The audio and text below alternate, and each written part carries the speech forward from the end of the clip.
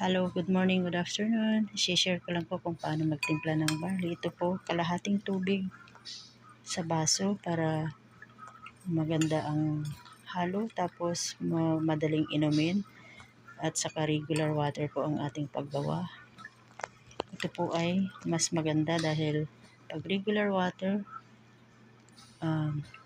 malakas ang enzyme niya. Pero pag warm water naman, sa gabi po bago kayo matulog, sa mga may problema sa pagtulog, bago kayo matulog ay iinom kayo.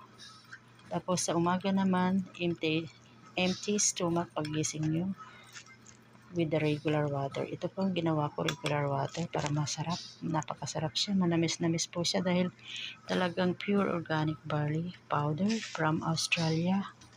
Ang ating ambassador po dito ay walang iba kundi ang